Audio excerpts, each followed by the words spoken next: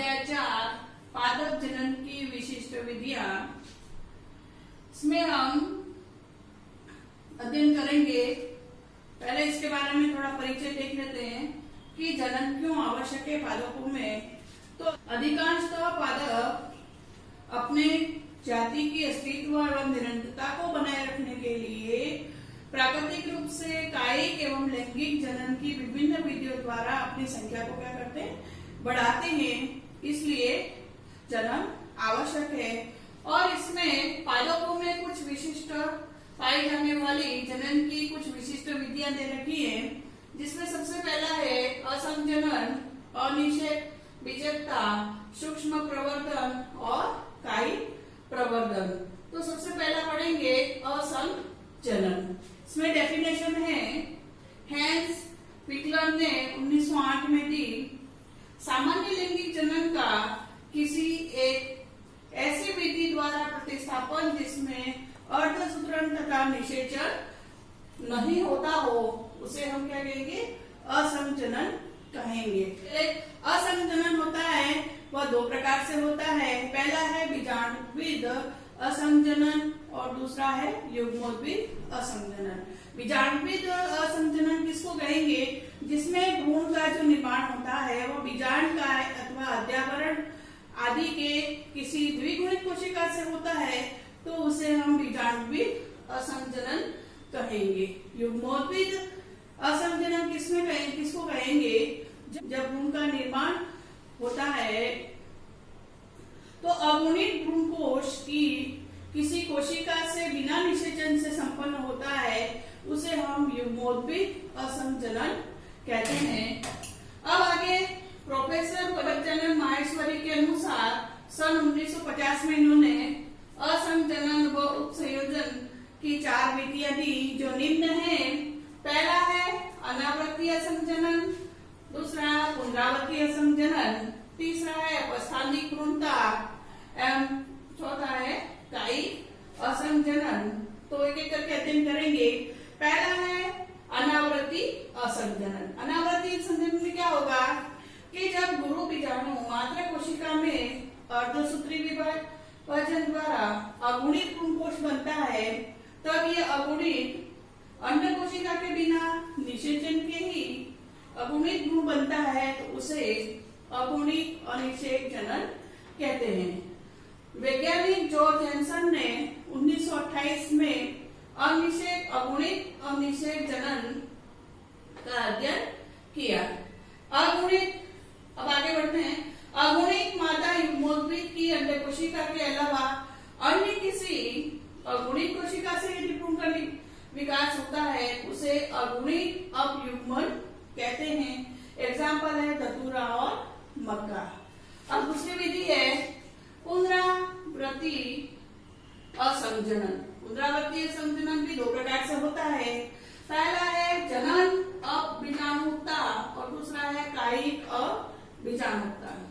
तो जनन अबीजाणुता किसको कहेंगे, जब द्विगुणित प्रसूक से अर्धसूत्री विभाजन के बिना बने द्विगुणित भ्रूणकोश की कोशिका से भ्रूण का निर्माण होता है, तो उसे हम जनन अबीजाणुता कहते हैं। दूसरा है कायिक अबीजाणुता। इसमें क्या होता है, बीजांडकाय अथवा अध्यावरण की द्विगुणित कोशिका से बने भ्रूणकोश की कोशिका से द्विगुणित भ्रूण का विकास होता है, तो उसे कायिक अबीजाणुता कहते हैं।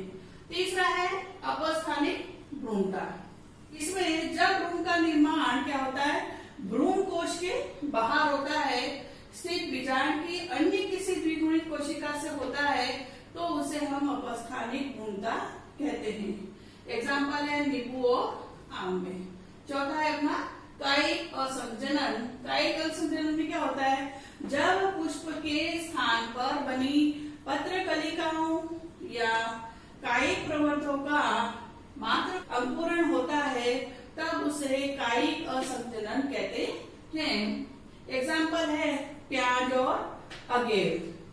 अब है असंजनन का क्या महत्व है। तो सबसे पहला महत्व है इसमें जो संतति बनती है वो मात्र पादप के समान होती है और इसमें लाभदायक जो लक्षण होते हैं वह फसली पादपों के लिए हम लंबे समय तक सुरक्षित रख सकते हैं। तीसरा है संकर बीजों को सरलता से इसमें बनाए जा सकते हैं। दूसरा मेथड है अनिषेक बीजकता।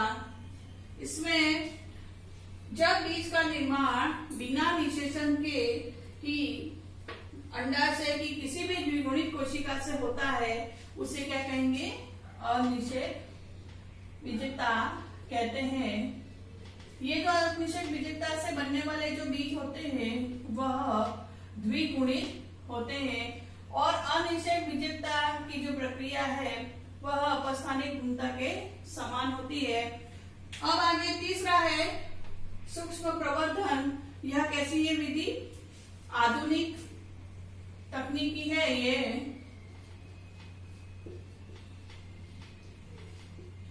इसमें एक शब्द आता है उत्तक संवर्धन।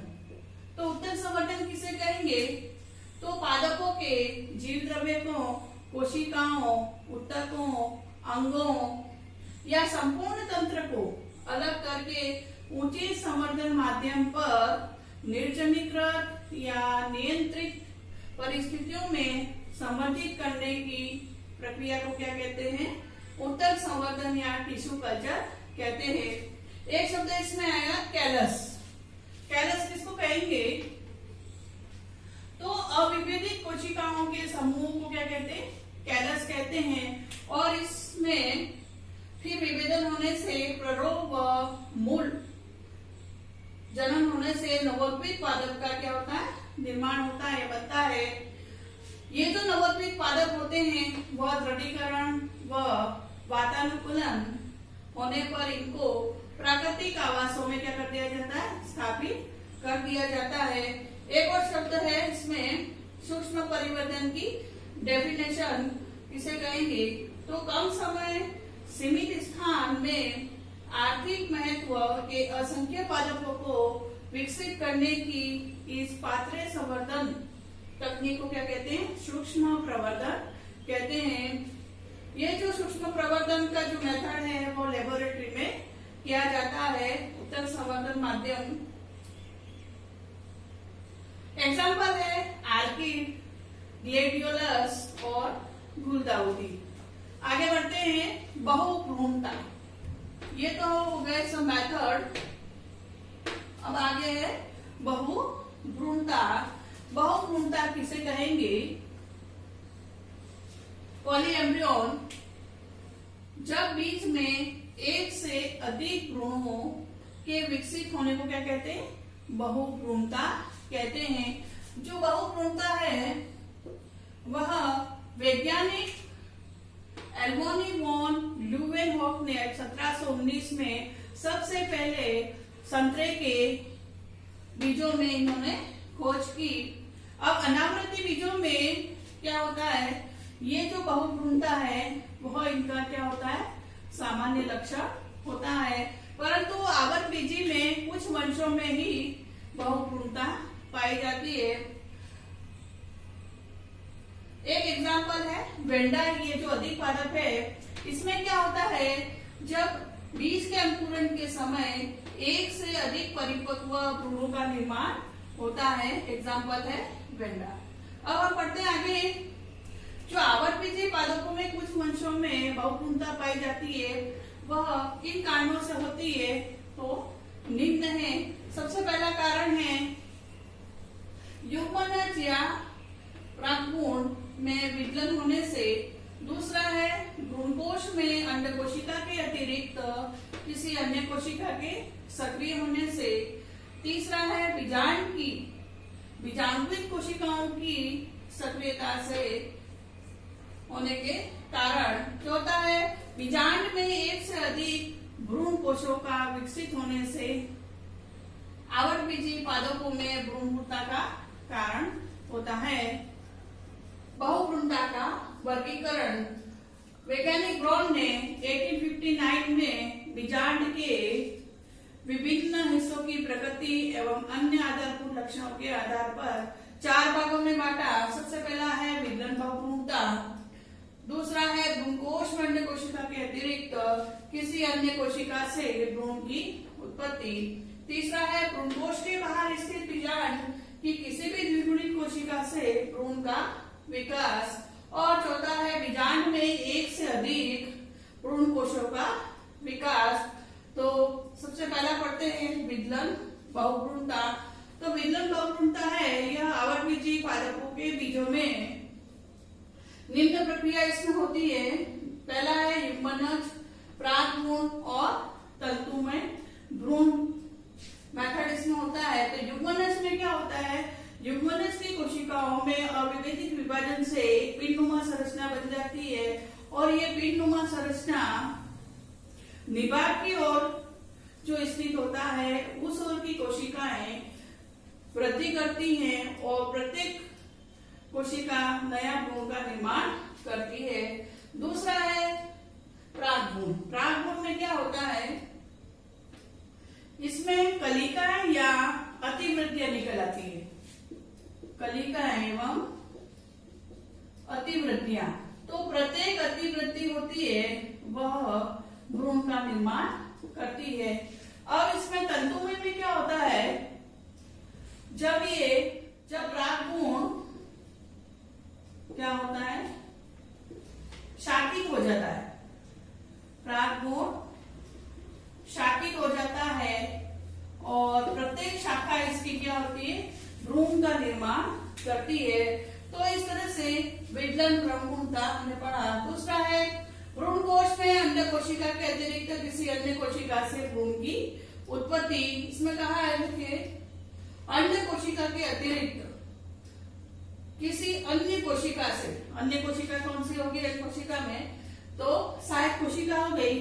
तो अनिषेचित सहायक कोशिका से भ्रूण का निर्माण होता है जो कैसा होता है, भ्रूण अगुणित होता है। एग्जाम्पल है आरजी मोहन वैक्सीन काना। दूसरा है निषेचित सहायक कोशिका से जो भ्रूण का निर्माण होता है वह द्विगुणित होता है। एग्जाम्पल है एरिस्टोलोकिया बैक्टीरिया, कोआ एस्पाइना आदि। एक नोट है इसमें, एग्जाम्पल है देखिए एलियम ओडोरम, दूसरा है एलियम अमेरिकाना। इसमें क्या होता है, सहायक कोशिका से न होके प्रतिमुखी सेल से भ्रूण का निर्माण होता है। तीसरा हम पढ़ेंगे भ्रूण कोश के बाहर स्थित बीजांड की किसी भी द्विगुणित कोशिका से भ्रूण का विकास। इसमें क्या होता है, बीजांडमित उत्तक जैसे बीजांडकाय या अध्यावरण की कोशिकाएं सक्रिय होकर भ्रूण का निर्माण करती है। एग्जाम्पल है जामुन, आम, सिट्रस आदि। चौथा है बीजांड में एक से अधिक भ्रूण कोशों का विकास। इसमें क्या होता है, प्रत्येक भ्रूण में उपस्थित अन्य कोशिका निषेचन के पश्चात भ्रूण का निर्माण होता है। एग्जाम्पल है केजुराइना मोंटाना और जुर्सिया रेम्पेस आदि। ठीक है, अब अंतिम है बहुभ्रूणता की। बहुभ्रूणता की सार्थकता या महत्व पादप प्रजनन, उद्यान विज्ञान, आनुवंशिकी, कोशिका विज्ञान के क्षेत्र में सार्थकता कहाँ तक है, तो निम्न है। सबसे पहला है बीजांडकाय भ्रूण से विकसित पादप होते हैं, मात्र पादप के समान होते हैं और बीजांडकाय भ्रूण से रोग मुक्त पादप तैयार कर सकते हैं एवं कोशिका विज्ञान के क्षेत्र में किया जाता है। अगुणित भ्रूण का उपयोग कोल्चिसिन उपचार द्वारा समयुग्मनीय वंशावली तैयार कर सकते हैं और